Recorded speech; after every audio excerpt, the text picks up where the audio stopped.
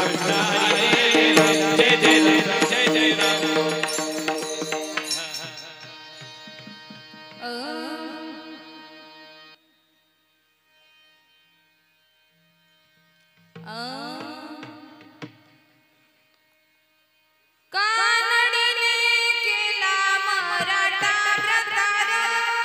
कानडीने केला मराठा प्रकार कानडीने केला मराठा प्रकार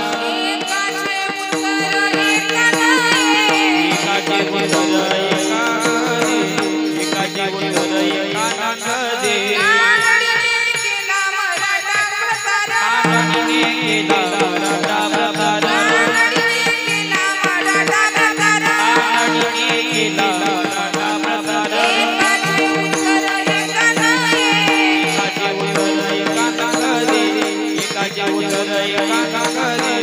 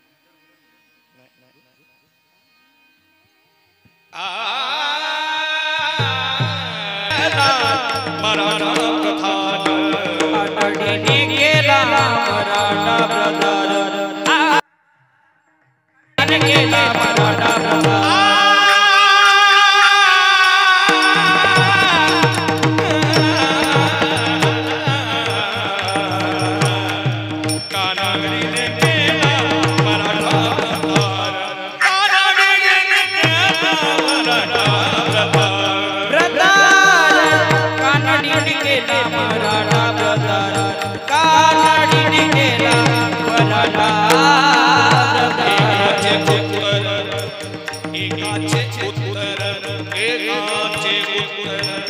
एकाचे उत्तर एक नगे एकाचे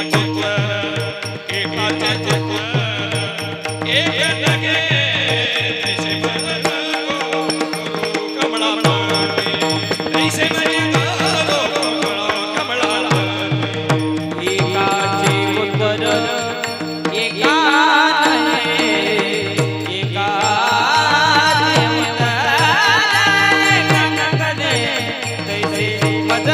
करो कमलापति कैसे मदन करो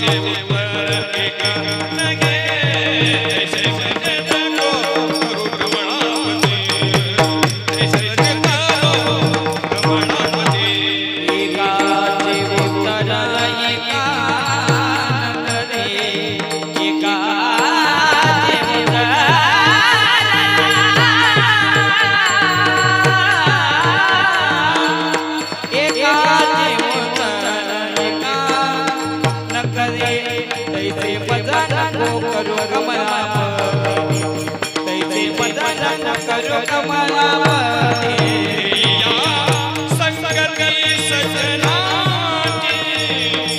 दिया संगति सजना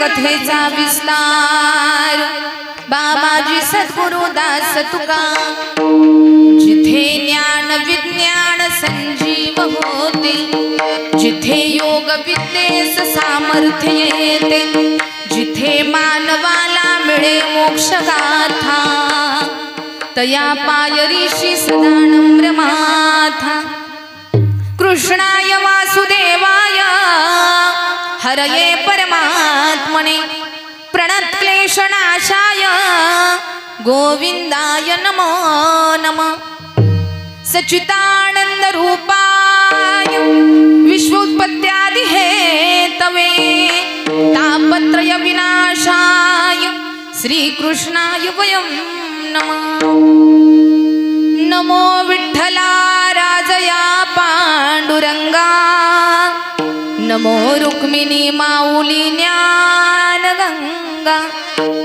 नमो पुंडलिका नमो चंद्रभागा नमस्कार माझा रुक्मिणी पांडुरंगा रंगा येई ओ येई रंगा येई ओ येई रंगा येई ओ येई रंगा येई ओ येई रंगा येई ओ येई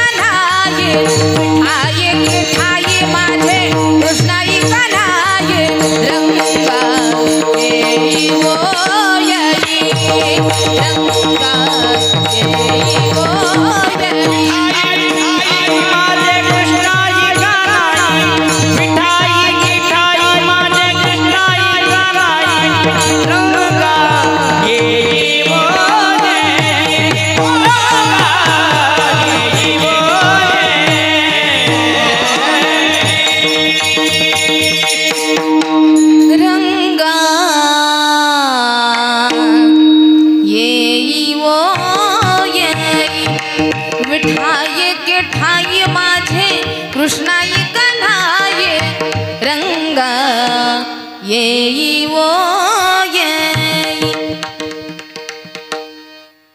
सर्व मंगल मांगल्ये शिवे सर्वार्थ साधिके शरण्ये त्र्यंबके गौरी नारायणी नमस्तुते. चलो आओ जी पवन कुमार पधारो हरि कीर्तन में. चलो आओ जी पवन कुमार पधारो हरि कीर्तन में. चले आओ जी पवन कुमार पधारो हरि कीर्तन में. चले आओ जी पवन कुमार पधारो हरि कीर्तन में. चले आओ जी पवन कुमार पधारो हरि कीर्तन में. चलो आओ जी पवन कुमार पधारो हरि कीर्तन में. चले आओ जी पवन कुमार पधारो हरि कीर्तन में. चले आओ जी पवन कुमार पधारो हरि कीर्तन में. राम जी को लाना लखन जी को लाना. राम जी को लाना लखन जी को लाना.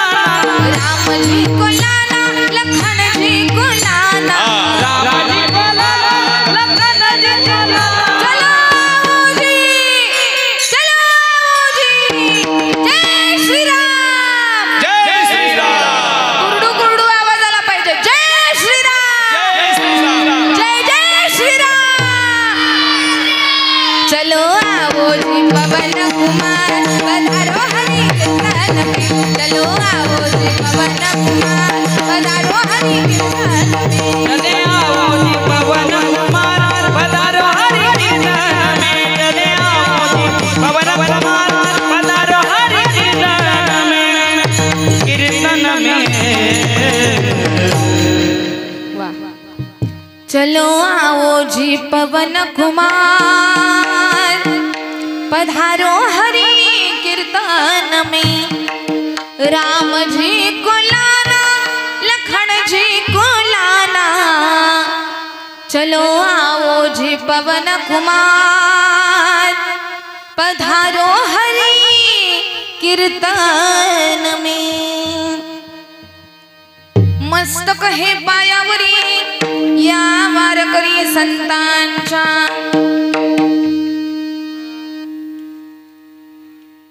कानडीने केला मराठा भ्रतार. एकाचे उत्तर एका नाही. तैसे मज नको करू कमलापती. देया संगती सज्जनांची.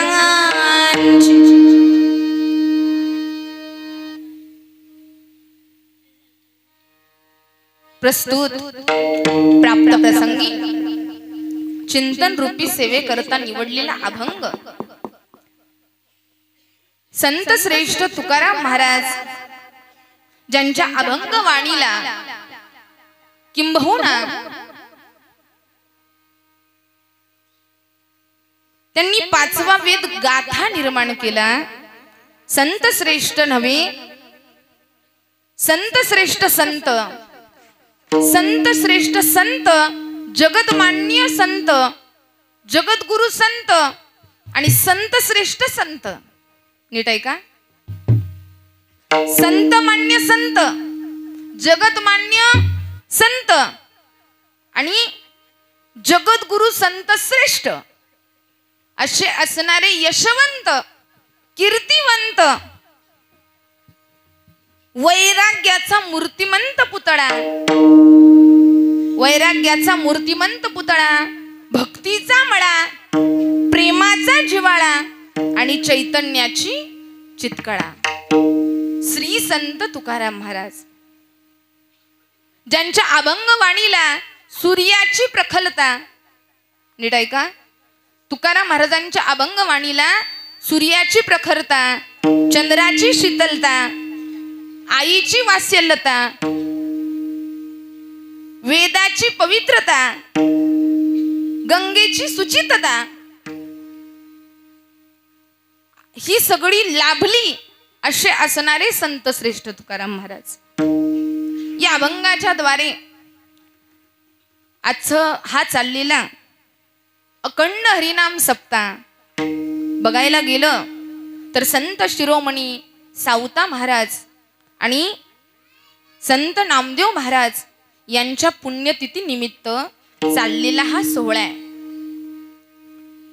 आणि या सोहळ्यामध्ये आजची कीर्तनाची सेवा ज्या निमित्ताने मला वाटतंय ते निमित्त वेगळ्या पद्धतीने तुम्हाला सांगण्याची गरज नाही. निमित्त सगळ्यांना ज्ञात आहे.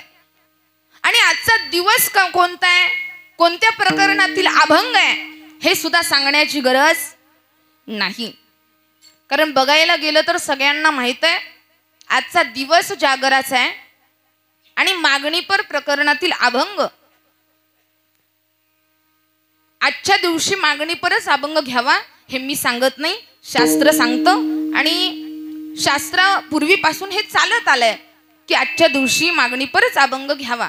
या न्यायानं आज चाललेला हा अखंड हरिनाम सप्ताह आणि त्या निमित्तानं माझ्या वाटेला आलेली सेवा. या कार्यक्रमासाठी जमलेले सगळे पंचक्रोशीतील साधक मंडळी, मला वाटतं एवढ्या 3-4 महिन्यामध्ये या भागात येण्याची माझी 3री वेळ असावी. आमच्या ह्या कुर्डुगावकरांची भेट आडेगावला माझी झाली आणि तेव्हापासून म्हणजे म्हणतात ना याजसाठी केला होता अठ्ठास. त्यांचा अठ्ठासच होता. आमच्या भाऊंचा, भारत भाऊंचा, आमच्या तात्यांचा, आमचे शिवाजी भाऊ असतील, अजून बरीच मंडळी आहेत त्यामध्ये. सगळ्यांचा अट्टास होता की आपल्या ताईंना इथं कीर्तनाला आणायचंय. आमच्या प्रतीक्षा ताईंचा वाढदिवस होता आणि त्या निमित्ताने आमची झालेली भेट म्हणजे त्याच्या मागं पण महाराज देवाचंच हे म्हणावं लागल. कारण ह्या सगळ्यांची भेट व्हावी. बरीच मंडळी या ठिकाणी आहेत की त्यांची भेट झाली आणि ही सेवा माझ्या वाटेला आली. इथं बघायला गेलं तर सगळी साधक मंडळी आहेत. कुर्डू गाव जर बघायला गेलं तर सगळी अभ्यासक साधक मंडळी आणि कीर्तनामध्ये विशेष असं ज्ञान, विशेष अशी रुची असणारी सगळी मंडळी आहेत. कारण इथला सगळा श्रोता, इथला सगळा समाज सावध आहे. कसा आहे? सावध आहे. त्यांना परमार्थ बाबतीत ज्ञान आहे. कारण आमचं बोलणं झालं ना तर येता येता बरेच जणांचं की महाराज तुम्ही असा असा अभंग घ्यावा, असं असं निरूपण असावं, असं तुमच्या बोलण्यातून यावं. किंवा कोणत्या कीर्तनकारांनी आधी बोलण्यात काय चुक्या केल्या असतील किंवा अजून काय झालं असेल तर याच्यावरून मला एक निदर्शनात आलं की इथली मंडळी कशी आहेत. तात्यांचं आमचं बोलणं झालं, मग मी म्हंटल बाबा जरा जपूनच इथं बोलावं लागेल. कारण खरं मला अभिमान याचा वाटतो की इथला श्रोता सावध आहे आणि कीर्तनामध्ये तेच गरजेचं आहे. नाहीतर काही जण कीर्तनामध्ये असतात, शरीर कीर्तनात आहे पण मन मात्र कीर्तनात. पण इथली मंडळी लक्षपूर्वक कीर्तन ऐकतात, त्यांना वेदांत आवडतो, त्यांना विशेष अशी कीर्तनामध्ये रुची आहे, विशेष असं ज्ञान आहे. आणि सांगू का, सगळ्यात महत्वाचं मला आनंद याचा झाला की उत्सव तर सगळेच करतात, उत्सव तर आहेच, पण सगळ्यांमध्ये उत्साह देखील आहे. हे महाराज कुर्डू गावकऱ्यांचा अभिमान आहे. एवढी उत्साही मंडळी, एवढा आनंद, सगळी आल्यापासून पळतायत, बघतायत, त्यांना असं एवढा आनंद आहे. कारण हा सप्ताह करायचा आहे म्हणजे 1 दिवसाचं नाही. बघा ना किती दिवस झाले, 7 दिवस झाले, तरी पण सगळ्यांमध्ये तो स्फूर्ती, तो आनंद असा नसानसातून वाहतोय. सगळ्यांच्या चेहऱ्यावरती मला ती प्रसन्नता दिसते. म्हणजे उद्या मला असं वाटतंय काही जणांची भावना अशी झाली असेल की महाराज उद्याचा काला म्हणजे सांगता होऊच नाही. म्हणजे ही सगळ्यांच्या मनाची व्यथा आहे. एवढा सगळा एक 7 दिवस सगळेजण एका परिवारासारखे एकत्र आहेत, सगळे एकत्र आहे. 7 दिवस नामस्मरण घडतंय, काकडा आहे, हरिपाठ आहे, कीर्तन आहे, भजन आहे, भगवंताच्या सानिध्यात आहेत सगळे. म्हणून विशेष असं आभार सर्व श्रोते मंडळींच्या चरणावरती साष्टांग दंडवत करते. अधिष्ठान एवढं सुंदर समोर आहे, मागे पुढे उभा राहे सांभाळीत, मागे पण आहे पुढे पण आहे. मग त्या महाराज भक्ताला कोणतीच भीती राहणार. आली आघात निवाराया. एवढं सुंदर असं अधिष्ठान आपल्या पांडुरंग परमात्म्याचं आहे. आणि एक सांगू का, काही जागा अशा असतात बरं का, आम्ही आता बाहेर कीर्तनाला फिरतो ना, तिथं गेलं ना की महाराज असं ती जागा उचलून फेकते की काय असं वाटतं. म्हणजे तिथं कीर्तन करू वाटत नाही आणि कधी कीर्तन उरकते कधी निघून जाते असं होतं. पण महाराज या ठिकाणी पहिला पाऊल टाकला आणि ती स्पंदन जाणवली. साक्षात महाराज पांडुरंगच इथं उभा आहे आणि जिथं साक्षात समोर मूर्ती पुढे आहे आणि त्या मूर्तीमध्ये जिवंतपण आहे. आणि एक सांगू का, जिथं कीर्तन आहे ना, जिथे कीर्तनाची शोभा तेथे पांडुरंग उभा. पांडुरंग उभा आहे तेथे असे देव तेथे असे देव तेथे असे देव तेथे असे देव तेथे असे देव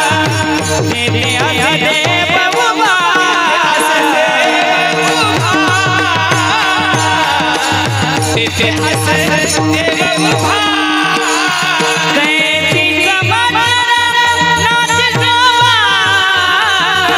कैसी समझ नाच शोभा तेथे असे देव तेथे असे देव चरणाची शोभा दिसी चरणाची शोभा तेथे असे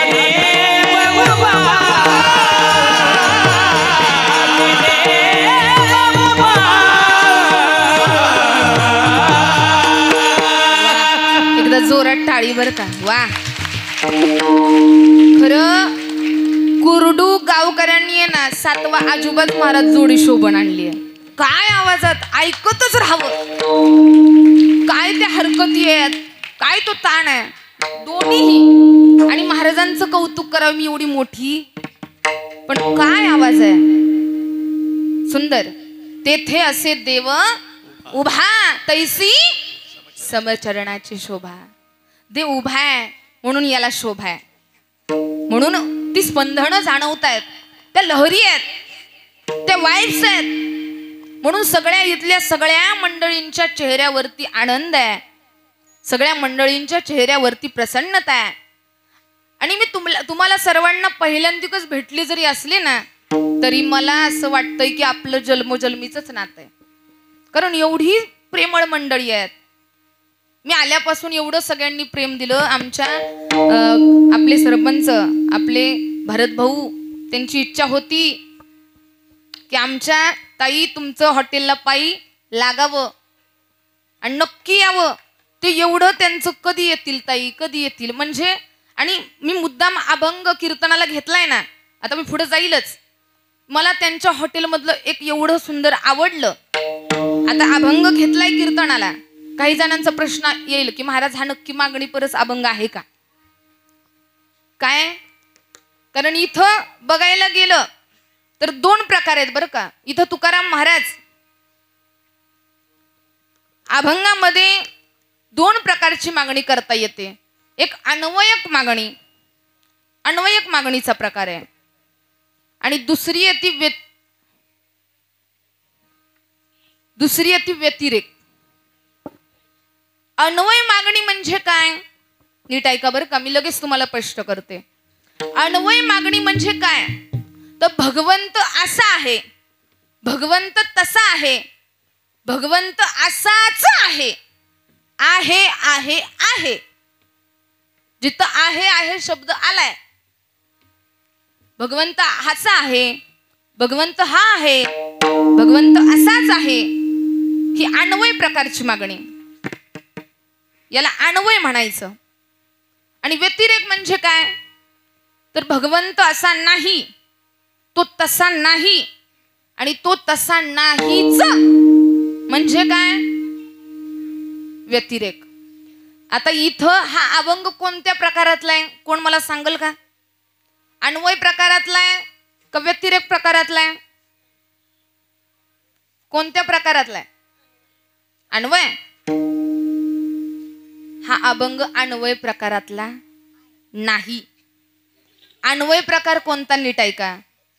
आता मी मगाशी सांगितलं आहे आहे आहे किंवा असं दे, ते कर, असं कर, ह्याची दान दे गा देवा, तुझा विसर न व्हावा, ह्याला अन्वय प्रकार म्हणायचा. हा झाला अन्वयाचा परिचय.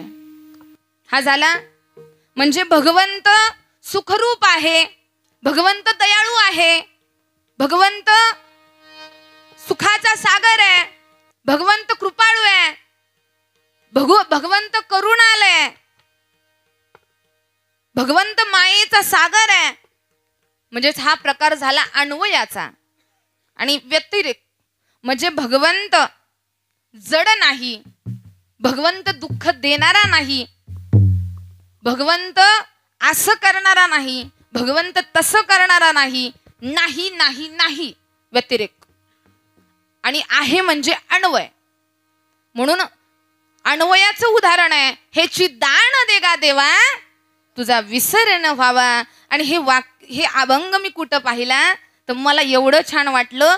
पहिल्यांदिकच आपल्या हॉटेल गणेश हॉटेलची पायरी चढली आणि समोरच मी बोर्ड पाहिला, भगवंताची सुंदर मूर्ती आहे आणि आपल्या भाऊंच्या हॉटेलवरती बोर्डावरती लिहिलेलं हेची दान देगा देवा. मला याचं एवढं कौतुक वाटलं की ज्या माणसाकडे धन दौलत आहे, ऐश्वर्य आहे, नाव आहे आणि तो मागताना सुद्धा देवाकडे काय मागतोय, हेची दान देगा देवा, तुझा विसर न व्हावा. काय मागितलंय? तुझा विसर होऊ देऊ नको. म्हणजे माणसं मागणी करताना भरपूर काही मागतील, पण मागायचं काय हे सुद्धा लोकांना कळलं.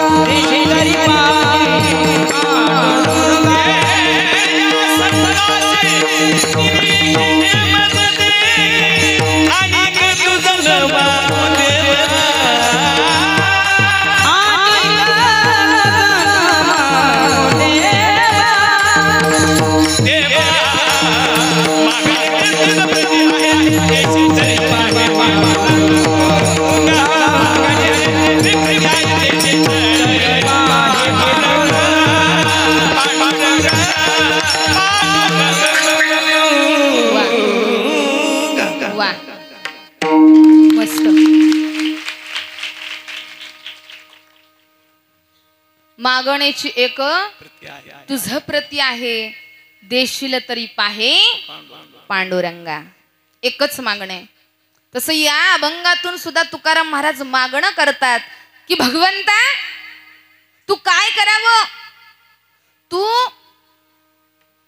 विसंगती सोडवावी आणि आम्हाला संत संगती दाखवावी. कारण जीवनामध्ये संगत खूप मॅटर करते बरं का. तुम्ही कुणाच्या संगतीत आहात, कुणाच्या सोबत राहताय, कुणाच्या सोबत चालताय, कुणाचा तुम्ही आदर्श घेताय. आणि जीवनामध्ये संगतीला एवढं महत्व आहे. म्हणून विसंगती तुकाराम महाराज भगवंताकडे प्रार्थना करतात, पांडुरंगा व्यावृत्तिक पूर्व तू काय कर, आमच्या जीवनातील विसंगती सोडव आणि संत संगतीशी जोड आम्हाला. संगती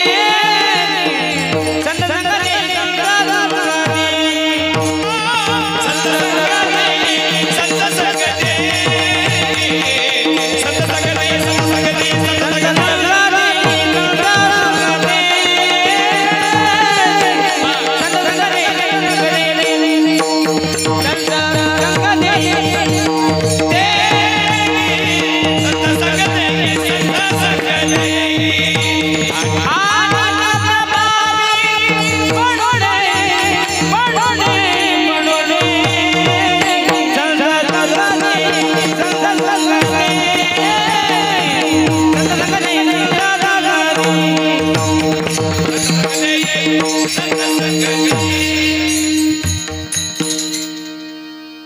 संत संग देई. मागणी केली आहे संतांची संगती घडो. आता काही माणसं जीवन जगत असताना जीवनामध्ये आपल्या भोवताली असं वलय निर्माण करतात. नीट ऐका बरं का. काही माणसांचं व्यक्तिमत्व असं असतं. आता संत तुकाराम महाराज म्हटल्यावर समोर आपल्याला लगेच जाणवतं वैराग्याचा मूर्तिमंत पुतळा. एकनाथ महाराज लगेच काय पुढे येतं शांती ब्रह्म एकनाथ महाराज. वा. तसं बघायला गेलं सावता महाराज संत शिरोमणी सावता महाराज. बघायला गेलं तर सगळे जीवन जगत असताना व्यक्ती सुद्धा आपल्या भोवती एक वलय निर्माण करून चालतात. तसं तुकाराम महाराजांचं नाव घेतलं तर काही जण म्हणतील तुकाराम महाराज मागणी करतात. कारण जीवनामध्ये कधीच तुकाराम महाराजांनी स्वतः करता तर काही मागितलं नाही. आणि महाराज स्वतः म्हणतात की आम्ही काही मागणं करू शकत काही मागणे आम्हाची, काही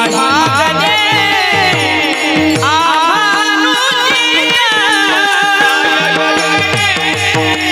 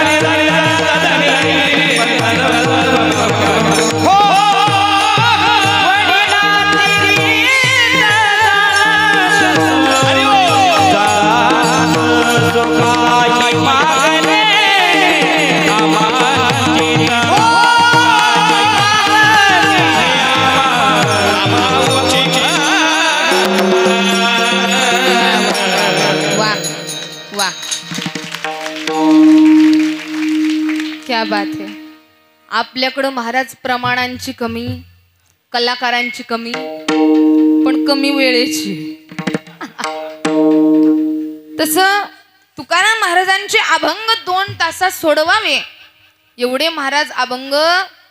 तुकाराम महाराजांचा एक शब्द आहे ना, एक शब्द सोडवायला सुद्धा महाराज 2-4 दिवस जातील.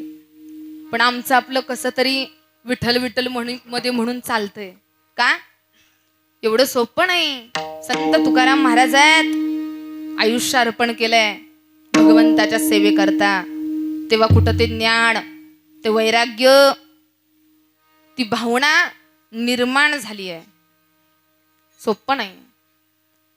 काही मागणे हे आम्हा अनुचित, वडिलांची रीत जाणत असे. काय महाराज आम्ही मागू शकत नाही, आम्हाला अनुचित आहे. आणि ही परंपरा तर आहेच, रीत आहे आम्हाला माहित आहे. काही जणांना रीत आहे हे माहित असतं पण त्याची जाण नसते. पण इथं तुकाराम महाराज म्हणतात आमची रीत आहे हे मला माहित आहे आणि त्याची जाण सुद्धा मला वडिलांची रीत जाणीत असेल. म्हणून जाणीव असणं गरजेचं आहे, जाण असणं गरजेचं आहे. म्हणून काही व्यक्ती आपल्या भोवती वलय निर्माण करतात, आपले व्यक्तिमत्व प्रस्थापित करतात. तसं संत श्रेष्ठ म्हटलं की वैराग्याचा मूर्तिमंत पुतळा तुकाराम महाराज, शांती ब्रह्म म्हटलं की एकनाथ महाराज. तसं बघायला गेलं, मी जर तुम्हाला म्हटलं तर मी जर म्हंटल नीट ऐका बरं का, उदाहरण सांगते. सचिन तेंडुलकर काय जोरात फुटबॉल खेळतो, कसं वाटेल तुम्हाला? चुकलं काय? नाही, जोरात हॉकी खेळतो. पोरं जागेवरती आहेत बरं का, म्हणजे सावध आहेत. मग सचिन तेंडुलकर म्हटलं की तुमच्या डोळ्यासमोर काय आहे? क्रिकेट. मी जर म्हटलं लता मंगेशकर काय सुंदर आयटम सॉन्ग गातात, कसं वाटेल? कसं वाटेल? तसं काही व्यक्ती आपलं वलय निर्माण करतात, वलय. मग इथं एकतर तुकाराम महाराज म्हणतात आम्ही मागणं करत नाही. मग तुम्ही म्हणसाल महाराज मागितलं कसं? तर ऐका, इथं तुकाराम महाराजांनी मागणं केलंय. ते का केलं तर त्याला सुद्धा कारण आहे. जर बघायला गेलं ना तर तुकाराम महाराज हा अवतार साधा सुद्धा नाही. जर बघायला गेलं सत्ययुगापासून, सत्ययुगामध्ये अवतार कोणाचा होता? प्रल्हादाचा. त्रेतायुगामध्ये मला वाटतं अंगदचा, नंतर द्वापार युगामध्ये उद्धवाचा, आणि कलियुगामध्ये जगद्गुरु तुकावतार रामायणा संप्रदाय जगदाते दुनिया संप्रदाय जगदाते दुनिया जगद्गुरु तुकावतार रामायणा संप्रदाय जगदाते दुनिया संप्रदाय जगदाते दुनिया. वा, जगद्गुरु तुका अवतार नाम याचा संप्रदाय तेथून या. सगळं बघायला गेलं तर संप्रदायाची सुरुवात कुठून आहे? तुकोबऱ्यांपासून. चारही युगामध्ये नामदेवरायांचा अवतार आहे आणि नामदेवरायानंतर तुकोबऱ्यांचा अवतार आहे. चौयुगाचा भक्त नामा उभा कीर्तनी, पाठी मागे डोळे लावून उभी ती गणी, पाठी मागे डोळे लावून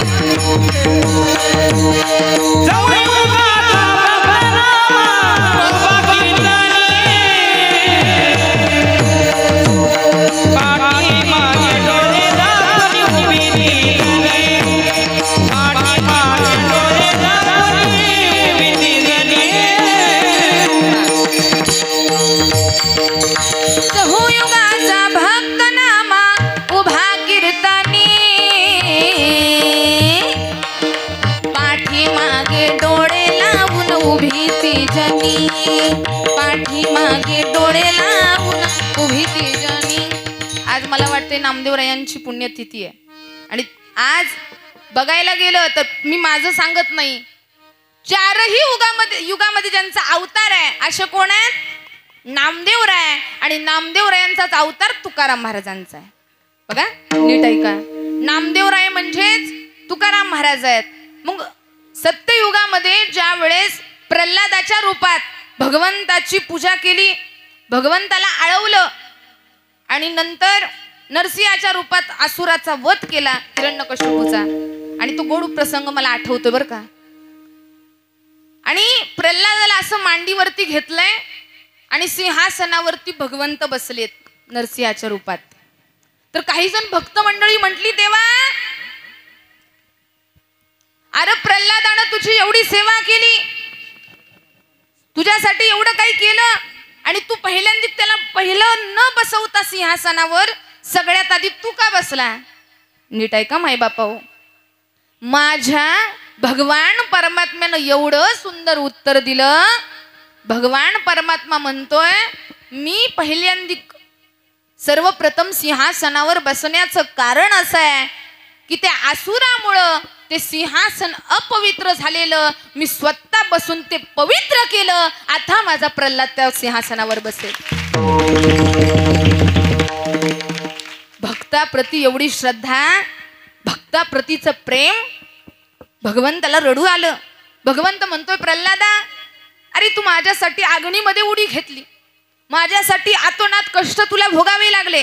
अरे तुला हात बांधून टेकडीवरून खाली फेकलं, नाना प्रयत्न केले तुला संपवण्याचे, पण तुझी भक्ती माझ्या प्रती थांबली नाही. मला तुला काय पाहिजे ते माग. कोण म्हणतंय? पण भक्ताचा स्वभाव आहे, भक्त देवाला मागत नाही. तुला पाहिजे ते माग. तर प्रल्हादच म्हणतायत, देवा मला काय नको. देव म्हटले, अरे प्रल्हादा माग. प्रल्हाद म्हटला, देवा मला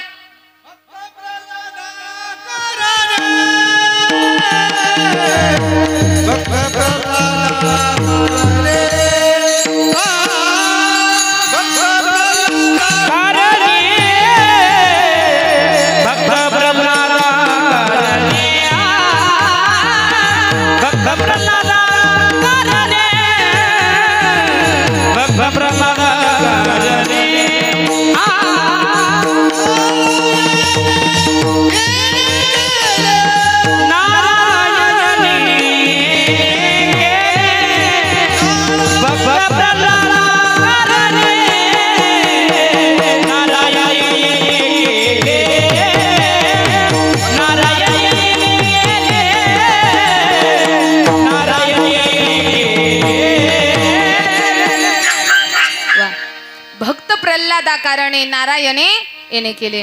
आता नीट लक्ष द्या बरं का, वेळ खूप कमी आहे आपल्याकडे, सगळ्यांचं लक्ष इकडे राहू द्या. मला मर्यादित वेळेत तुमच्यापर्यंत चिंतन पोचवायचंय, अभंगाच्या पूर्णत्वाला तुम्हाला न्यायचंय. तर प्रल्हाद म्हटला ठीक आहे, आता देव माग माग करतोय ना, मग शेवटी प्रल्हादाचा पण स्वाभिमान जागा झाला. प्रल्हाद पण कसं करतोय देवाला, देवा आता मी पण या साम्राज्याचा राजा आहे, आता तू मला माग नको म्हणू, तूच माझ्याकडे काहीतरी माग. बघा अधिकार आहे तेवढा. भक्तच देवाला म्हणतोय, देवा तूच माझ्याकडे माग. देव म्हणतोय तू माग, प्रल्हाद म्हणतोय तू माग.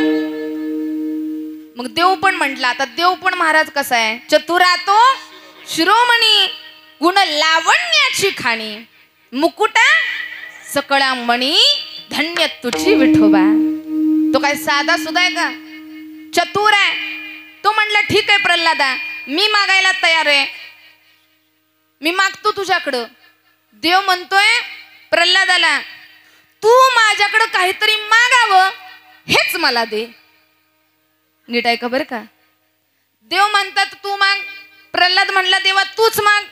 मग देव म्हणतोय तू माझ्याकडं काहीतरी मागावं हेच मला दे. आता प्रल्हाद पण महाराज चतुर. आधी देव म्हटला तू माग, नीट ऐका बरं का. देव म्हटला तू माग, प्रल्हाद म्हटला तूच मला माग. परत देव म्हटला तू मला काहीतरी मागावं हेच मला दे. मग प्रल्हाद पण म्हणतोय देवा ठीक आहे, मी काहीतरी मागावं असं तुला वाटतं ना, मग तू म्हणतोय तर मागतो. तुला काहीतरी मागावं अशी बुद्धीच मला कधी देऊ नको, हेच मला दे. बघा काय भक्ती म्हणायची महाराज. तो पण शिरोमणी, भक्त सुद्धा चतुर. म्हणून भक्त कधी देवाकडे मागणं करत नाही. मग तुम्ही म्हणसाल महाराज मागणं करायचं नाही, मग मागणी पर कशाला. तर ऐका, दोन प्रकारचं असतं मागणं. काही वेळा एखाद्यानं आपण काय करतो बघा, जीवन जगत असताना सुद्धा काही गोष्टीची मागणी असेल, काही जणांनी जास्तच आग्रह केला. एक मागणं असतं ते आग्रहापोटी. कुरडू लक्ष आहे ना, आहात ना सगळे. ऐका, पहिलं मागणं, एक मागणं असतं आग्रहापोटी आणि दुसरं मागणं असतं गरजेपोटी. ऐका, पहिलं मागणं आग्रहापोटी. आता आग्रहापोटीचं मागणं कोणतं, नीट ऐका बरं का. त्याचं उदाहरण मी तुम्हाला सांगते. आग्रहपोटीचं मागणं कशाला म्हणायचं, आग्रहपोटीचं काम. मी मगाशी तुम्हाला सांगितलं की भाषण असेल तर त्या गाणं कधी घेत नव्हत्या. तर त्यांच्याकडे चुकून एक गाणं आलं, सगळी गाणी तयार झालेली त्या पिक्चर मधली, पण एक गाणं असं होतं, मी क्या करू राम मुझे बुड्ढा मिल गया. नाव देवाचं आहे, नावाचा गाण्याचा अर्थ बिघडतोय, देवाचं नाव घेतलंय म्हणून त्या म्हटल्या असलं चिल्लर गाणं मी गात. बघा नीट ऐका. अनेक महाराज प्रयत्न झाले, अनेकांनी विनंत्या केल्या, अनेकांनी एवढं माग लागले त्यांच्या, पण त्या म्हटल्या मी गाणं गाणार. असलं काही पण गायला काय त्या कीर्तन करायचंय. कळलं त्यालाच कळलं. म्हणजे आता काय पण झालंय महाराज, कीर्तनात पण काय पण गायला लागले. तसं त्या म्हटल्या मी काही पण गाणार नाही. त्यांनी हट्टच धरला. बरेच जण आले.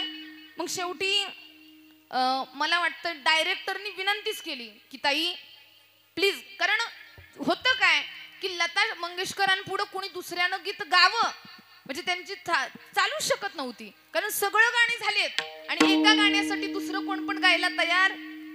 त्याच्यामुळं पिक्चर रिलीज व्हायचा राहिला. मग विनंती करायला स्वतः डायरेक्टर आले, पाया पडलेत, काही पण करा दीदी, पण फक्त माझ्यासाठी, नीट ऐका बरं का, फक्त माझ्यासाठी तुम्ही ते गीत गावं अशी मी तुम्हाला काय करतो, विनंती करतो, आग्रह करतो. म्हणून त्यांच्या आग्रहापोटी, फक्त त्यांच्या आग्रहापोटी लताताई, लता दीदी त्या गाणं गायल्या. त्यांची इच्छा होती का? कुर्डूकर मागय इच्छा अजिबात नव्हती, पण गाणं गावं लागलं. कशा करता? आग्रहापोटी. तसं तुकाराम महाराजांची पण मागण्याची इच्छा अजिबात नाही, पण मागावं लागतंय, कारण साक्षात आग्रह कोण करतंय? पांडुरंग परमात्मा.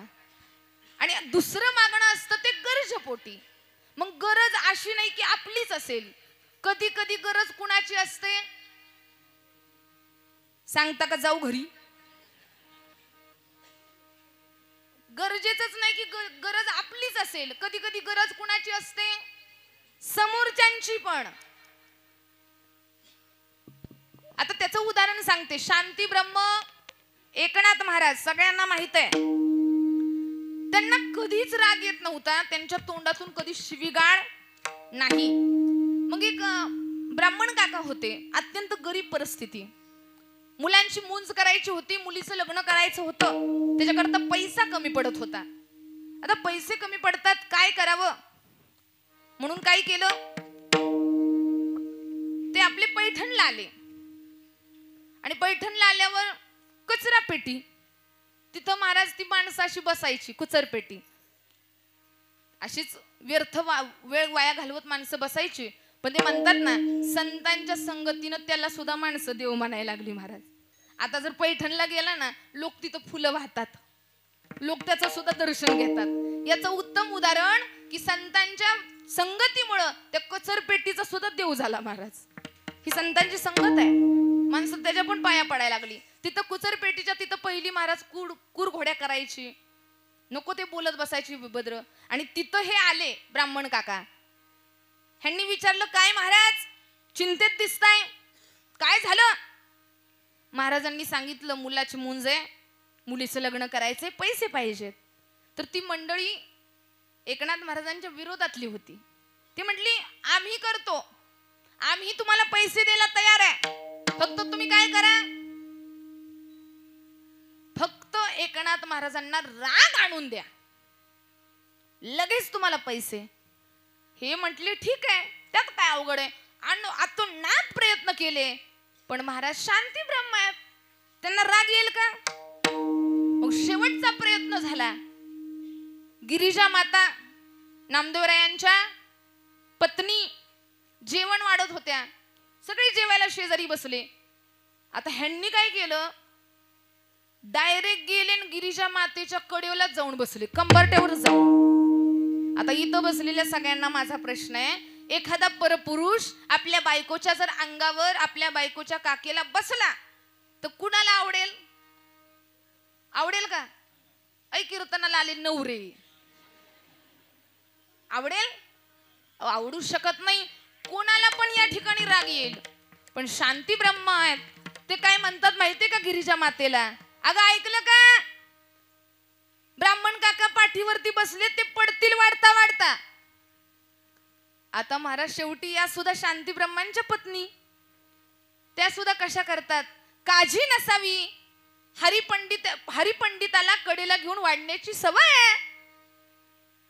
बघा शेवटी ब्राह्मण काकांना एवढा भरून आलं, जमिनीवरती कोसळले, गडा गडा गडा गडा लोळायला लागले. एकनाथ महाराजांनी विचारलं नक्की तुमचं प्रॉब्लेम काय, काय समस्या आहे? त्यावेळेस त्यांनी सगळा घडलेला प्रकार सांगितला. मग एकनाथ महाराज म्हणले काय आधी सांगायचं ना, हे असं आहे ना, मग मला आधी का नाही सांगितलं? आता असं करा, तुम्ही पुढे पळा, मी झाडू घेऊन तुमच्या पाठीमागं पळतो. बघा मला रागच आणून द्यायचा आहे ना, मग आधी सांगायचं, तुमच्यासाठी मी रागात बोलायला तयार आहे. मग एकनाथ महाराज झाडू घेऊन शिवीगाळ करत मागे पळतायत. आणि पंडित कुठं? मग हार कोणाची झाली? त्या माणसांची. आणि हार झाल्यानंतर ते जुगारात हारले. मग नंतर त्या पंडिताच्या मुलाची मूंज, त्यांच्या मुलीचं लग्न हे झालं का नाही देवा शपथ मला माहिती नाही बरं का. फक्त तुम्हाला उदाहरण सांगायचं होतं, एवढंच मला माहित आहे. सांगायचं काय की कधी गरज आपली नसते, कुणाची असते? समोरच्याची. तसं तुकाराम महाराज श्रीमंत आहेत, यशवंत आहेत, कीर्तिवंत आहेत, वैराग्यवंत आहेत. त्यांना मागण्याची गरज नाही, पण दोन गोष्टी करता मागावं लागलं. एक म्हणजे आग्रहापोटी, दुसरं म्हणजे गरजेपोटी. आणि मागणं काय केलंय? विसंगती सोडवायची आहे. आणि कोणत्या संगतीला जोडा? संत संगतीला जोडा. कारण संगतीचा खूप मोठा परिणाम घडतो. विसंगती जर माणसाच्या जीवनामध्ये घडली ना, तर विसंगती त्रास देते. विसंगती रडवल्याशिवाय राहत नाही. संगत मत करना मोठी, संगत मत करना मोठी, संगत मत करना संगत मत करना खोटे. दुनिया उलटे दुनिया उलटे है संगत मत करना संगत मत करना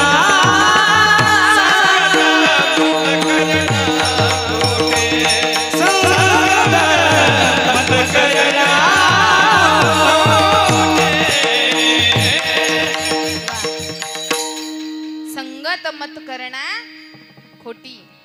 वा, संगतीचा परिणाम माणसाच्या जीवनावर घडतो. विसंगतीचा परिणाम काय घडतो? संगत जर चुकीची झाली, एखादा व्यक्ती, नीट ऐका बरं का, एखादा व्यक्ती डॉक्टर कडे गेला, त्याचं गुटखा खाऊन खाऊन दात किडलेले, आणि डॉक्टर साहेबांनी असं बोलले, आ करा, आ केलं, असं बॅटरी मारली तोंडात, तर सगळे दात किडलेले. डॉक्टर म्हणले गुटखा खाता का? ते म्हणते नाही, कधी कधी 131 डिसेंबरला. असा नाही बरं का, गुटखा मी खातच नाही, फक्त कधीतरी. डॉक्टर म्हटले दात काढावे लागतील, दाढ किडली आहे. आणि ती दाढ किडली आहे, तर ती दाढ किडलेली काय करावी लागेल? काढावी लागेल. तर हा पण म्हटलं ठीक आहे काढा. मग डॉक्टरांनी काय केलं? इथला एक दात काढला. कुठला? इथला. परत त्याच्या शेजारचा, परत परत 32च काढायची का? त्या माणसाला प्रश्न पडला, डॉक्टर साहेब अहो माझी दाढ किडली आहे आणि तुम्ही दाढ काढायची सोडून 3-4 दात काढली माझे. ते डॉक्टर म्हणले त्या दाढेपर्यंत पोहोचण्याकरता मी माझा रस्ता क्लिअर करतोय. मला सांगा, असा जरी एखादा डॉक्टर असला तर आपण काय बोंबलायचं का? म्हणजे विसंगतीचा परिणाम आहे हा. जीवनामध्ये तीन प्रकारच्या संगती आहे. पहिली कुसंगती, दुसरी विसंगती आणि तिसरी संत संगती. कुसंगतीचा परिणाम सांगते. ढेकणाच्या संगे हिरा जो गोपाला, संगे नाडीला साधो जयेला, संगे नाडीला साधो जयेला, संगे नाडीला साधो जय साधो जय साधो जय.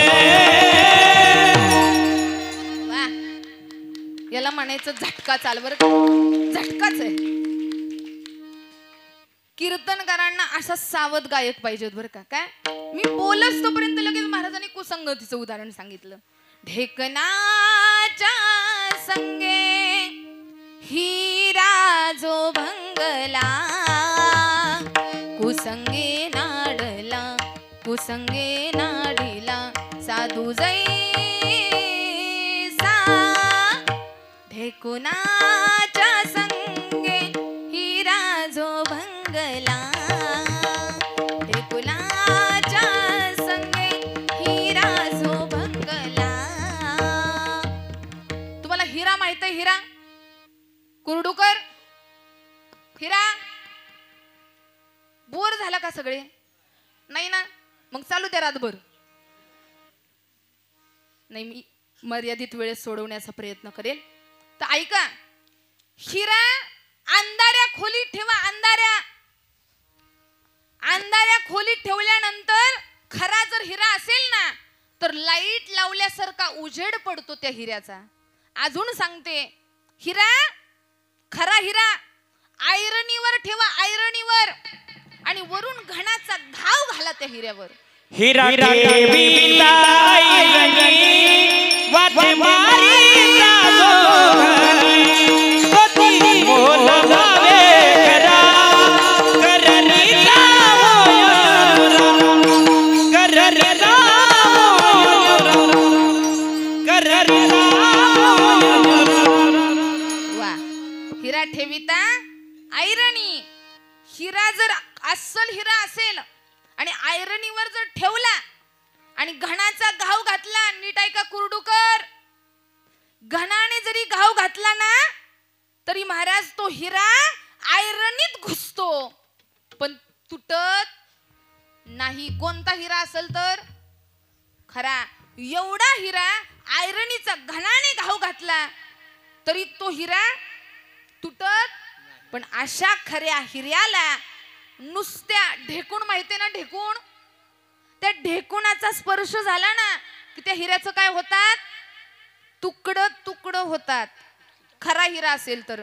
आणि कुणाला जर विश्वास नसेल ना, काय काय जण म्हणतात, महाराज कसं शक्य आहे, घणाने घाव घातलं तरी हिरा तुटत नाही आणि फक्त ढेकणाच्या स्पर्शानं? खरं जर कुणाला बघायचं असेल ना खरं, तर आणा खरा हिरा, मी ढेकून घेऊन येते. पण हिरा ढेकणाच्या स्पर्शानं काय होतं? कारण त्याला कारण आहे, त्याला काय लागते? कुसंगती. म्हणून संगतीचा फार मोठा परिणाम. पहिली संगती आहे कुसंगती, दुसरी संगती आहे विसंगती. विसंगतीचं उदाहरण सांगते. एका झाडावरती एका साईडला राजहंस बसला होता, राजहंस, आणि दुसऱ्या साईडला एका फांदीवरती कावळा बसला होता. आणि दोघांच्या आपल्या चर्चा चाललेल्या, कोणत्या जिल्ह्याचं पालकमंत्रीपद कोणाला द्यायचं, कोणाला कुठला माल कुठं द्यायचा, असल्या काही चर्चा नव्हत्या बरं का. काहीतरी आपल्या चर्चा चाललेल्या. आणि दोघांची चर्चा चालू असताना त्या दोघांच्या मध्यात खाली झाडाच्या सावलीला त्या प्रदेशाचा राजा झोपला होता, राजा. पण होत काय की वरून एक उन्हाचं किरण मधून येऊन त्या राजाच्या नेमकं कुठं पडत होतं? तोंडावरती. आणि राजाची निद्रा भंग होत होती. तर राजहंसानं काय केलं? राजहंसानं पाहिलं की आपल्या प्रदेशाचा राजा आहे, आपला तो राजा आहे आणि आपलं त्याच्या प्रती काहीतरी कर्तव्य आहे. म्हणून राजहंसानं आपले पंख असे पसरले आणि त्याच्यावरती काय धरलं? अशी सावली धरली. म्हणून राजाच्या तोंडावरती यायचं ऊन बंद झालं. पण त्या कावळ्यानं आपल्या समोर पाहिलेल्या उदाहरणाचा आदर्श न घेता कावळा राजहंसाला म्हणाला चल मी जातो, आणि जाता जाता कावळ्यानं अशी घाण केली की गंध नेमका राजाला लावला. आता याच्या खाली अजून मी जाऊ शकत? कळलं त्यालाच कळलं. गंध राजाच्या तोंडाला लावला. राजा झोपेतून जागा झाला. अरे राजा एवढा भडकला. राजा मी, माझ्या तोंडावर घाण केली. धनुष्य असं उचललं आणि धाड दिशेने बाण सोडला, आणि बाण जाऊन लागला त्या राजहंसाला लागला. ते राजहंस धाड दिशेने खाली आपटलं, खाली पडलं बिचार, रडायला लागलं. राजा म्हणला लेका तू पण राजा आहे आणि मी देखील राजा, आणि राजा असून सुद्धा तुला मरावं लागतंय. असं म्हटल्यावर त्या राजहंसानं सुंदर असं उत्तर दिलंय. नीट ऐका बर का. राजहंस सांगतोय मी संगत करताना, विसंगती करताना मला ज्याची संगती टाळायला पाहिजे होती ती मला टाळता आली नाही. मी टाळू शकलो असतो, कारण कुणाची संगत करायची हे आपल्या हातात असतं. त्या कावळ्याची मी संगत केली म्हणून आज मला मृत्युमुखी पडावं लागलं. मी ती संगत टाळता आली असती, पण ती वेळेत टाळली नाही. म्हणून त्या राजहंसानं जाता जाता सांगितलं, संगत करे बडे की, नीट ऐका, संगत करे बडे की तो बडत बडत जाय, अगर संगत करे नीचे की तो फिर बार बार धोका खाय. बघा,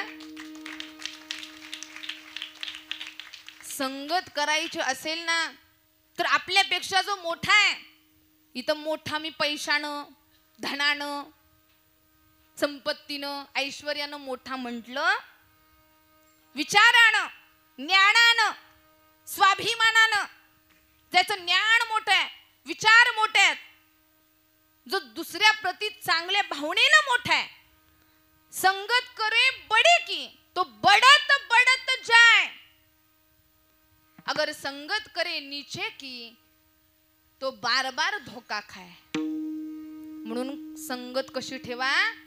चांगल्याची ठेवा. कारण थोडासा देखील बदलाव, कारण हे काळ असा आहे की इथं परिवर्तन सारखं घडतंय. इथं काय परिवर्तन लागतंय लोकांना. मला सांगा, मी एकच गोष्ट तुम्हाला सांगत बसली तर तुम्हाला आवडेल का? आवडेल ती गोष्ट? नाही आवडणार. कारण लोकांना नेहमी काय लागतंय? वेगळं लागतंय. जर बघायला गेलं ना तर पूर्वीच्या काळी वाचण्याकरता काय असायचे? कुर्डुकर काय असायचे? पेपर असायचे ना, न्यूज पेपर. आता राहिलेत का? आता बातमी कुठं येते? त्या मोबाईलनं तो वाटोळच केलं महाराज. काय आमच्या महिला मंडळ यांना काय बोलायचं नाही बरं का. इथल्या नाही, इथल्या बिचाऱ्या सगळ्या माझ्या चांगल्या आहेत, कारण मला कीर्तन करायचंय. आणि यांना तर आता बोलून काय चालणार, कारण महाराज या बहिणी कुणाच्या आहेत? अहो, एकनाथ साहेबांच्या बहिणी आहेत. यांना काय बोलायचं? आणि ह्या काय कधी कोणती गोष्ट करतील सांगता येत. आणि खरंच आता मला ह्यांचं कौतुक पण याच्या करता वाटतंय, कारण सगळ्या बघा आता सुद्धा जास्त संख्या कुणाची हो आहे ना. आणि यांना एवढं कौतुक असतं, घरामध्ये एवढी गडबड असते, सगळं पाहायचं, आलं गेलं पाहायचं, घरच्यांचं पाहायचं, बाहेरच्यांचं पाहायचं, पाहुणे मंडळी आली त्यांचं पाहायचं, स्वयंपाक करायचा, घर आवरायचं, आणि सगळं सांभाळून, सगळं करून, सगळं आवळून माझ्या महिला मंडळात सगळ्या पुढे आहेत आणि सगळ्या सुंदर दिसतायत बरं का. वा, सगळं देखणं आहेत आमच्या महिला मंडळ. सगळ्यांचे चेहरे अगदी प्रसन्न आहेत, सुंदर. सगळ्यांची संख्याही जास्त आहे. आणि मला याचं छान वाटलं की पत्रिकेमध्ये सुद्धा आरक्षण सुद्धा 50% कुणाला आहे? आणि आपल्या ग्रामस्थ मंडळींकरता एकदा टाळी वाजवा. काय नियोजन आहे. म्हणजे कुणीही रुसता कामा. 50% पुरुषांना, 50%, कारण एक कीर्तन पुरुषाचं की दुसरं महिलेचं, लगेच पुरुषाचं की लगेच. हे मला खूप आवडलं. समान न्याय. म्हणून महिला मंडळ अगदी सगळे प्रसन्न आहेत, सगळे आनंदात आहेत. मग महिला मंडळांच्या हातात असतंय सगळं. आणि ह्यांना काय बोलून तर चालणार. एक जण तर असा जण बायकोवरती वैतगला. लागली आवरायला, नवऱ्याकडे आली, मला 500 रुपये द्या. नवरा म्हटलं कशाला. ती म्हणलं मला केस सरळ करायचे, पार्लरला जायचंय. नवरा म्हटला तुला 500 रुपये घालवायची गरजच काय, अख्खं माझं खानदान सरळ केलं तू, केस सरळ होईल. बघा महिला मंडळ ह्यांना चांगलंच पटलंय, हसतेत जोरात. हे म्हणतील आमच्या पार्टीतलं महाराज सापडलं बरं खास.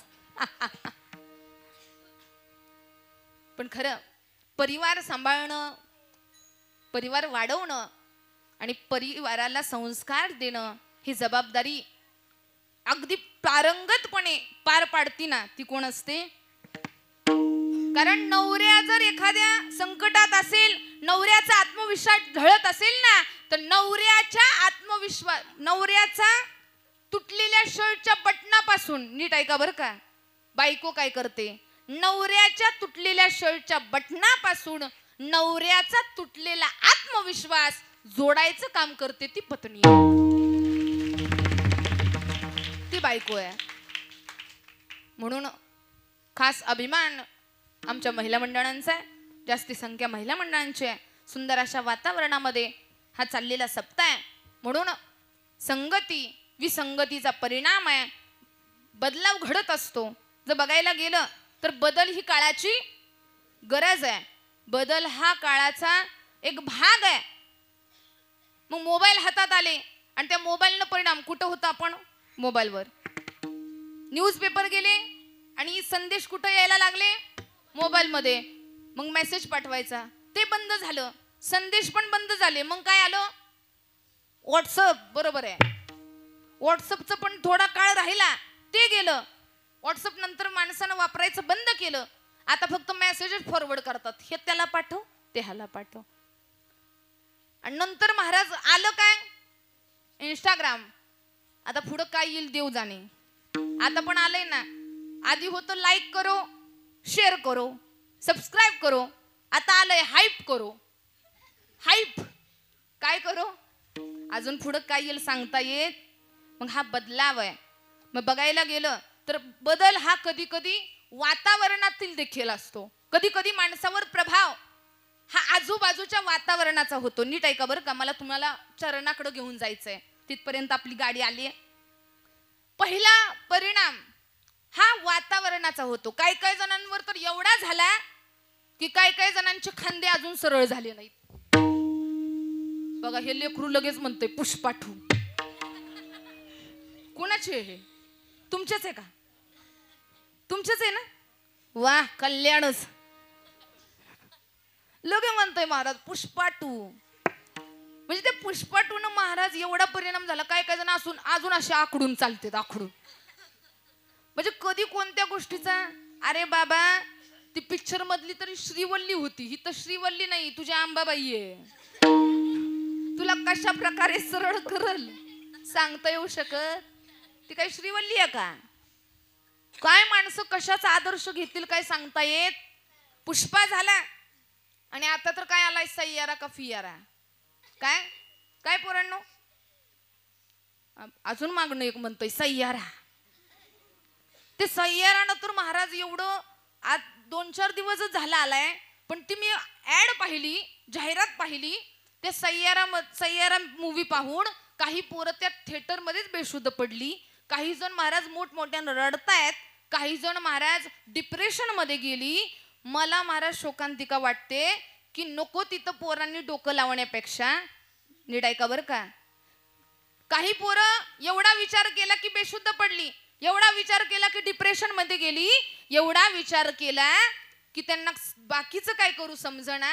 एवढाच जर विचार सय्यारा मूवी बघून एवढा विचार करत असतील तर एवढाच विचार आपल्या तरुणांनी आपल्या करिअरसाठी केला असताना तर प्रत्येक मुलं आज कलेक्टर असते, प्रत्येक मुलं आज डॉक्टर असते, प्रत्येक मुलं आज पोलीस असते. अरे नको तिथं आपला वेळ घालवण्यापेक्षा, नको त्याच्यासाठी आपलं चिंतन करण्यापेक्षा आज महाराज ते भगतसिंग, आपले लोकमान्य टिळक, छत्रपती शिवराय, आपले साधू संत विचार करत असतील की कुणासाठी आम्ही हे कमवलं. म्हणून परिणाम वातावरणाचा होतो, परिणाम अन्नाचा पण होतो बरं का. कशाचा प्रभाव माणसावर कशाचा होतो? अन्नाचा. अन्नाचा काय होतो ऐका. महाराज सांगतात सज्जना संगती करावा उपवास, दुर्जनाचा गोड घास खाऊ नये. दुर्जना घरचा एक जरी घास खाल्ला ना, नीट ऐका बरं का, दुर्जनाच्या घरचा एक जरी घास खाल्ला तरी ते ओकारी काढून बाहेर टाकावं. तो एक घास सुद्धा आपल्यासाठी चांगला नाही. पण सज्जना घरचा उपवास पण केला ना तरी तो चांगला आहे. अरे कधीतरी काय त्या मोठ्या माणसाच्या घरी लाईन लावता, मोठ्या माणसाच्या घरी पैशासाठी हात जोडता. नको महाराज, काय गरज आहे? पंतप्रधानाकडे जा, आमदाराकडे जा, खासदाराकडे जा, ह्याच्या पाया पड, त्याच्या पाया पड. कुणी सांगितलंय? काही जण म्हणतात नाही तो वाटप करणार आहे म्हणून गर्दी चालली आहे. पण एक सांगू का, अरे कधीतरी गरीब घराण्यातला माणूस आहे ना, त्याच्या मुलीच्या लग्नाला जा. नीट ऐका बरं का, कधीतरी गरीब घराण्यातल्या माणसाच्या लग्नाला जा आणि त्या गरीब घराण्यातल्या माणसाच्या मुलीच्या लग्नाच्या पंक्तीत वाढा, सगळ्याला प्रेमानं जेवू घाला आणि मग समजतं दादा जेवण संपत आलंय. तुम्ही जेवण वाढता वाढता जेवण संपत आलं ना की तिथलेच 2-4 कण त्या भाताचे उचला आणि आपल्या मुखात घाला आणि त्या लेकीच्या बापाला म्हणा दादा अरे काय जेवण झालं. सगळी माणसं तृप्त होऊन जेवली घड्या. आणि एवढंच फक्त सांगा, तिथल्या खाल्लेल्या 4 अन्नाचा कण आहे ना ते तुम्हाला एवढं समाधान देऊ शकतो. आणि फक्त एवढं सांगा दादा काय पोरीचं लग्न थाटात झालं, सगळी माणसं जेवली आणि जाताना तुला आम्ही काही देऊ शकलो नाही ना तरी तुझ्या पोरीला आशीर्वाद मात्र भरभरून देऊ शकतो. एवढी श्रीमंती आमच्याकडे. महाराज त्या पोरीचा बाप डोळ्यातून अश्रू ढळल्याशिवाय राहणार नाही. माझा मित्र आहे 2-4 अन्नाचं कण खातोय आणि माझ्या पोरीला सुखाचा आशीर्वाद देतोय. अन्नाचा परिणाम सांगते काय, आपल्याला जेवढा आनंद ताटातली गुलाबजाम खाताना होतो ना तेवढाच आनंद त्या डुकराला घाण खाताना होतो. शरीर बदललं म्हणून आनंद बदलत नसतो. आम्हाला वाटतं आम्ही आनंदी आहे, अरे ती प्राणी सुद्धा सुखी आहेत. आपण संसार करतो याच्यात काय विभिन्नता नाही, प्राणी सुद्धा संसार करतात. आपल्याला जेवढा आनंद गार्डन मध्ये बायकोच्या खांद्यावर हात टाकून फिरताना होतो ना तेवढाच आनंद डुकराला आपल्या डुकरीनी बरोबर नदीच्या किनाऱ्यावर फिरताना होतो. मग आपण करतो याच्यात काय वेगळं? डुक्कर सुद्धा आपल्या बायको सोबत सुखी राहतंय, आपण सुद्धा आपल्या बायको सोबत सुखी. आपण काय वेगळं करतोय? तुम्हाला वाटत असेल आम्ही जगा वेगळं काय करतोय, अजिबात नाही. फक्त एवढाच फरक आहे, आपण जे करतोय ते सगळं पशु करू शकतात पण आपल्यात आणि पशुत एवढाच फरक आहे. पशु काय पाप पुण्य जाणती, उत्तम मध्यम भोगी काही योगवता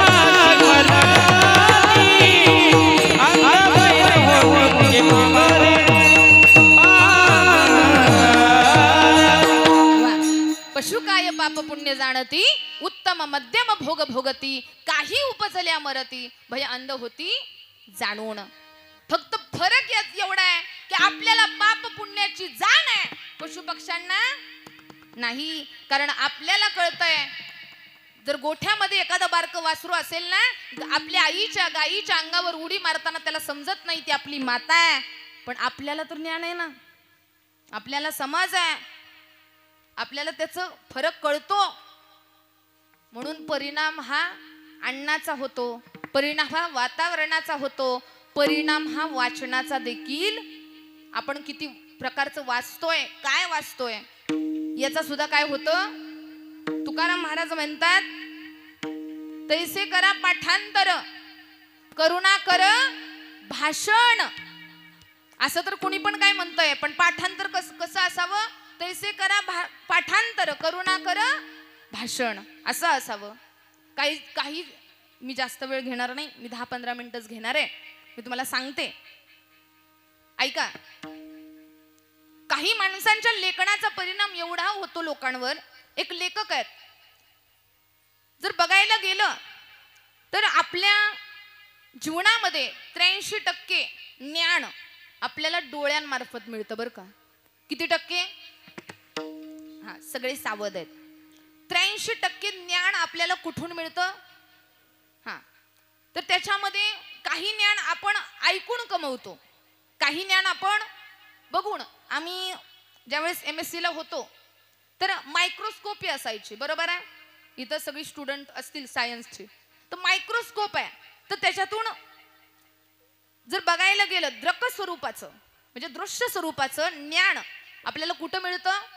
त्या मायक्रोस्कोपी असेल, बायोलॉजी असेल, तर त्या ठिकाणी दृक स्वरूपाचं ज्ञान म्हणजे डोळ्यामार्फत मिळणारं ज्ञान. आणि काही ज्ञान असं असतं की ते कुठून मिळतं? श्राव्य, जे हिता आता आपल्याला मिळतंय श्राव्य स्वरूपाचं. तर एक लेखक एवढे सुंदर होते की शब्द कसे बदलतात बघा. मला एवढं आवडतं. देगलूरकर एवढे सुंदर सांगतात. एका मला वाटतं केशव स्वामी त्यांचं नाव आहे, ते लेखक आहेत. आता वाक्य एवढं सोपं आहे, एवढं सोपं आहे. एक मनुष्य होता, तो आमराईत गेला आणि खाली 2 पडलेले आंबे त्याने उचलले आणि त्याने ते खाल्ले. तिकडून आंब्याचा मालक येतो आणि त्याला मारतो. हे झालं, समजलं? आलं का लक्षात? काय? एक मनुष्य येतो, आमराईत येतो, आंबा उचलतो, आंबा खातो. तिकडून मालक येतो, ह्याला मारतो. याच्यात काय वेगळेपणा वाटला का? पण लेखक महाराज कसे त्या कवितेला म्हणा, त्या दृष्टांताला केवढं वळण देतात. तर त्यांनी एवढं सुंदर म्हटलं, त्यांनी सांगितलं, आंबा गिरे छो दो, आंबे गिरे छो दो, देखे 2 जना, देखे 2 जना, देखे छो खाया नहीं, देखे छो खाया नहीं, चलत 2 जना. नीट आहे का बरं का? आंबा देखे 2 जना, देखे सो पाया नाही. आता बघा, एवढं आपल्याला विचार करायला लावणारं वाक्य आहे. मी मराठी सांगितलं, आंबा बघितला डोळ्यांनी, आंबा बघितला, आंबा पडलेला उचलला, खाल्ला आणि त्याच्या बदल्यात सुद्धा काय खाल्ला? मार खाल्ला. पण हेच वाक्य एवढ्या सुंदर रीतीनं सांगितलं, आंबा गिरे छो देखे 2 जना, आंबा गिरे छे 2, देखे 2 जना, देखे छो चलत नहीं, चले 2 जना, देखे सो चलत नहीं, चलत 2 जना, चलत सो पाया नहीं, पाए 2 जना, चल्या सो पाया नहीं, पाया 2 जना, पाया सो खाया नहीं, खाया अनेक जना. किती आहेत? खूप आहे. खाया सो चक्या नाही, चक्या 1 जना, 1 जना. ऐका, चक्या 1 जना, चक्या सो पकडा नाही, पकडा 2 जना, पकडा सो कुटिया नाही, कुटिया 2 जना. आता कशाला मारलं ती तुम्हीच जाणून घ्या. पकडा सो कुटिया नाही, कुटिया 2 जना, कुटिया सो रोया नाही, रोया 2 जना. कळलं का? मी परत सांगते. आंब्या गिऱ्या 2, देख्या 2 जण्या, देखा सो चला नाही, चला म्हणजे आंबा पाहिला, आंबा पडला 2, पाहिलं 2गांनी, पाहिलं तो चालत गेला नाही, चालत गेले पाय, चालत गेले पण उचललं नाही, पाया चलत गए 2, लेकिन पाया नहीं, पाया दो जना, पाया सो खाया नहीं, खाया अनेक जना. म्हणजे 32 दातांनी खाल्ला. खाया सो चक्या नाही, चक्या जिभीनच चाखलं. चक्या सो कुटिया नाही, चक्या सो पकडा नाही. पकडा कोणाला? म्हणजे खाल्ली कुणी, चव घेतली कुणी, जिभेनी. पण जीभ पकडली का? काय पकडलं? हात. पकड्या दो जण्या, पकड्या सो कुट्या नाही, म्हणजे मारलं नाही. कुटिया नाही, कुटिया. आता कोण तू? मार खाल्ला दो जण्या, कुटिया सो रोया नाही, रोया. कळलं त्यालाच कळलं. हे भाव लेखकाचे उतरवलेत या शब्दात महाराज. त्याला ज्ञान लागतं. आणि जिथून सुरुवात झाली तिथंच परत महाराज पाहिलं डोळ्यांनी. आणि मार सुद्धा कोणाला बसला? डोळ्यांनाच बसला. अजून एक वाक्य, आम्ही BEd ला होतो ना, तर BEd ला एक आम्हाला वाक्य आलतं की दिलेले जे तुम्हाला वाक्य आहेत त्याच्यातले काही वाक्य काढून टाका आणि त्याचं अर्थ पूर्ण वाक्य बनवा. तर वाक्य असं होतं, एक जंगल आहे आणि जंगलात कोल आहे. जंगल आहे, जंगलात कोल आहे.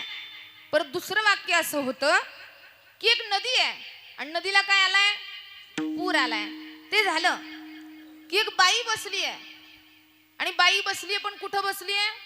आंब्याच्या झाडाखाली. एवढा आम्ही विचार केला. आमचं काय डोकं चाललं? माझं पण चाललं नाही बरं का. मी माझी हुशारी सांगणार नाही, आठवलं. पण ते लेखकानं त्या वाक्याला एवढं सोपं केलं, त्याच्यातले काही वाक्य काढून टाकायचे होते आणि त्याचं काय बनवायचं होतं? अर्थपूर्ण वाक्य. तर ऐका, त्याचं अर्थपूर्ण वाक्य कसं बनवलं. एक जंगल आहे आणि जंगलामध्ये काय आहे? कोल्हा आहे. पुढचं जंगल काढा आणि काय फक्त घ्या? कोल्हा. एक मुलगा आहे आणि मुलगा आपल्या पाठीवरती ची अक्षर लिहितोय. काय लिहितोय? ची. काय लिहितोय? ची अक्षर लिहितोय. नदी आहे, नदीला काय आलाय? पूर आलाय. एक स्त्री आहे, कशाच्या झाडाखाली बसली आहे? आंब्याच्या. आलं लक्षात? जंगल आहे, जंगलात कोल आहे. नदी आहे, नदीला काय आलाय? पूर आलाय. एक मुलगा आहे, एका अंगावरती काय अक्षर लिहितोय? ची अक्षर लिहितोय. आणि एक बाई आहे, ती बसली कशाच्या झाडाखाली? त्याचं अर्थपूर्ण वाक्य तयार करायचंय. जंगल आहे, जंगल बाजूला काढा, कोल्हा ठेवा. नदी आहे, नदी बाजूला काढा, पूर ठेवा, कोल्हापूर. मुलगा बाजूला काढा, ची ठेवा, कोल्हापूरची. आंबा आहे, आंब्याच्या झाडाखाली बाई बसली आहे, कोल्हापूरची आंबाबाई. झालं का वाक्य तयार? किती आहे? पण ही ताकद अर्थपूर्ण वाक्य बनवण्याची कोणाची आहे? लेखकाची आहे. म्हणून सांगतात की परिणाम हा कशाचा होतो? वातावरणाचा, अन्नाचा. आणि परिणाम हा वाचनाचा होतो. म्हणून एवढा सगळा परिणाम जर विसंगतीचा असेल तर देवा आमच्या जीवनात विसंगती आणून देऊ नको. कोणत्या प्रकारची? अभंगाचं पहिलं चरण.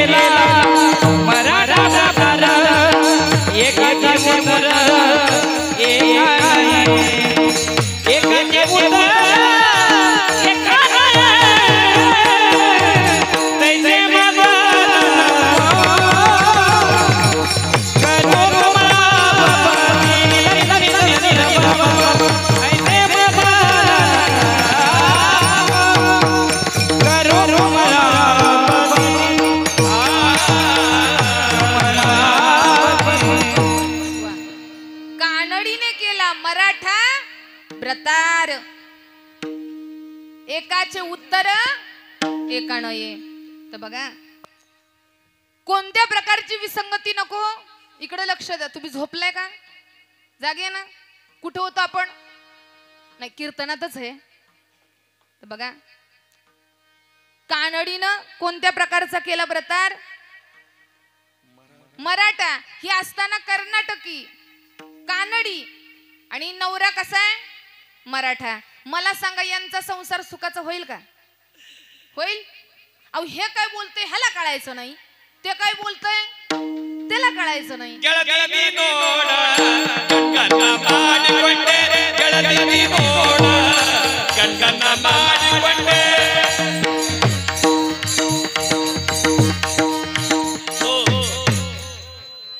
बघा गायनाची काही कमी नाही, पण आपला टाइम होऊन गेलाय.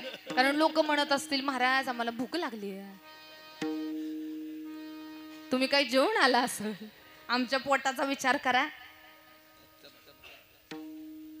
नाही आता कीर्तन उद्या संध्याकाळपर्यंत सुटत नाही बरं का. 10च मिनिटात मला पूर्ण अभंगाचं मी लगेच तुम्हाला विश्लेषण करते.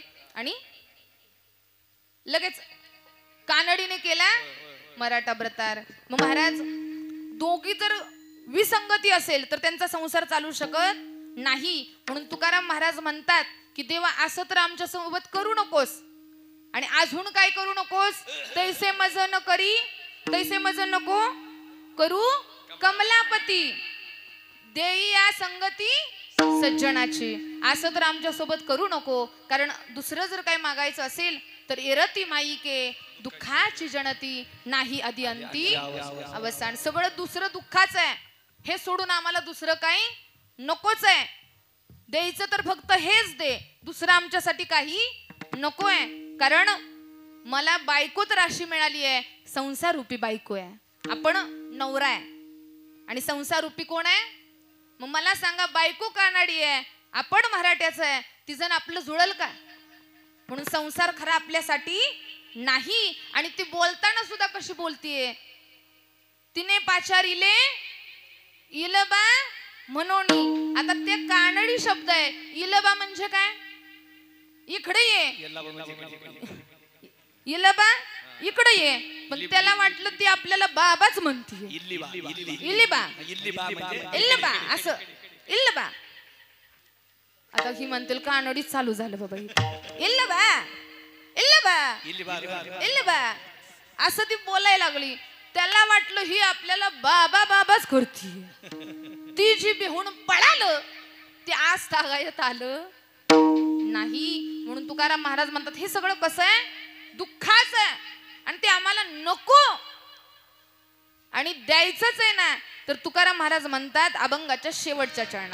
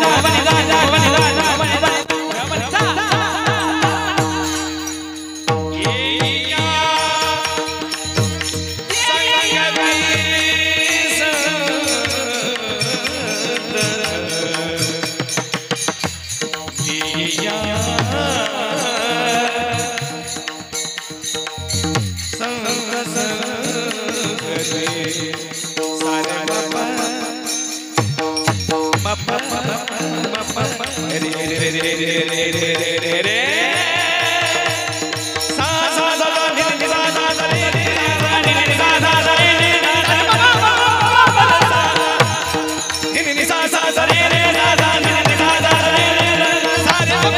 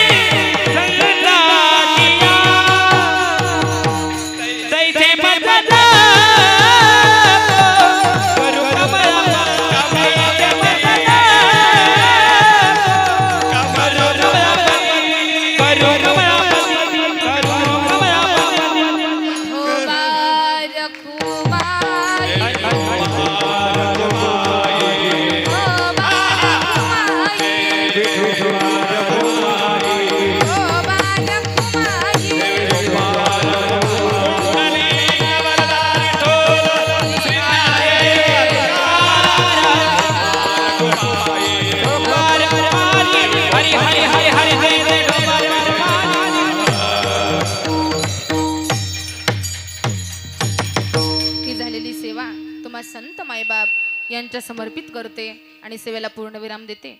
मी माझ्या बुद्धीच्या प्रतीने जेवढं काय होईना तुम्हाला अभंगाचा अर्थ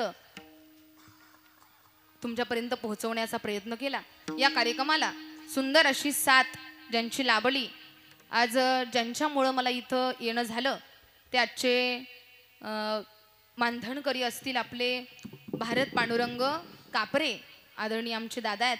त्याचबरोबर या कार्यक्रमाला त्यांच्यासोबत आमचे तात्या असतील, शिवाजी काका असतील, बरीच मंडळी आहेत, ग्रामस्थ मंडळी आहेत, सहकारी मंडळी, सप्ताह कमिटी असेल, संयोजक, नियोजक, आयोजक, तरुण मंडळी, वयस्कर मंडळी, महिला मंडळ, पुरुष मंडळ, सगळे ज्येष्ठ नेक्स्ट सगळी त्यामध्ये सगळे आली. आज कार्यक्रमाला सुंदर अशी साथ गाणं गंधर्व असणारी मंडळी. दादांचं नाव काय?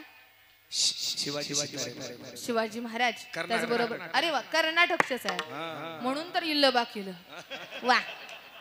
त्याचबरोबर शेजारी दत्ता महाराज, खूप छान आवाज आहे, एकदा सुंदर जोरात टाळी वाजवायचे वा.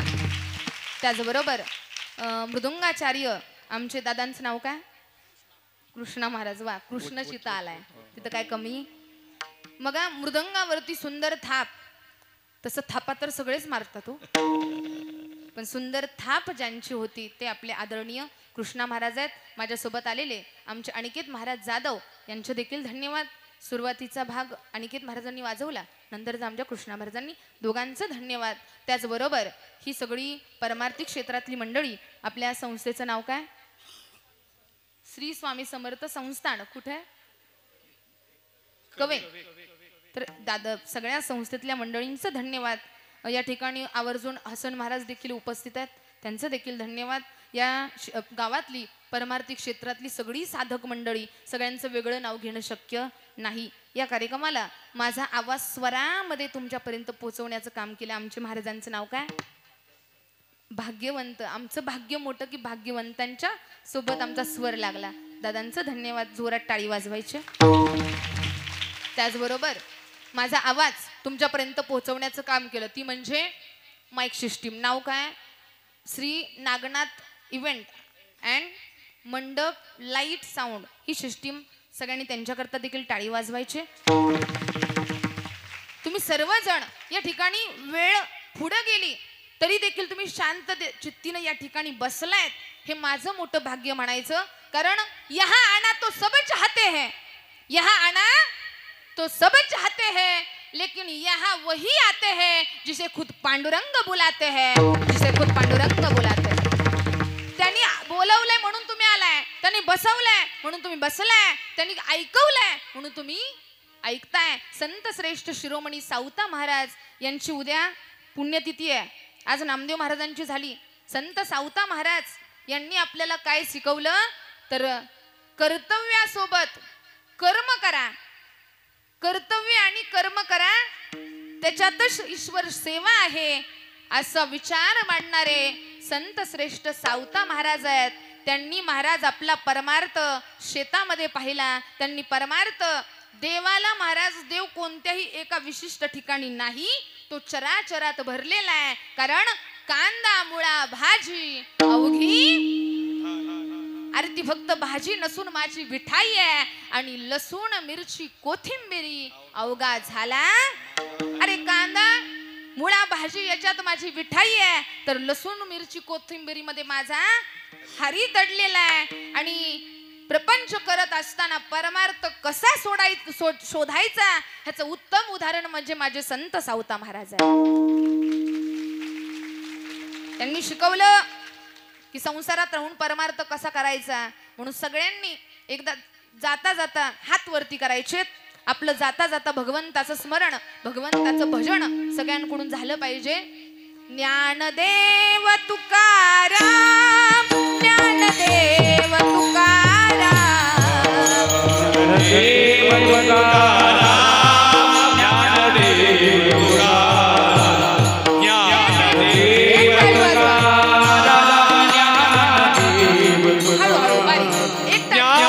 ज्ञानदेव तुकाराम, ज्ञानदेव तुकाराम, ज्ञानदेव तुकाराम.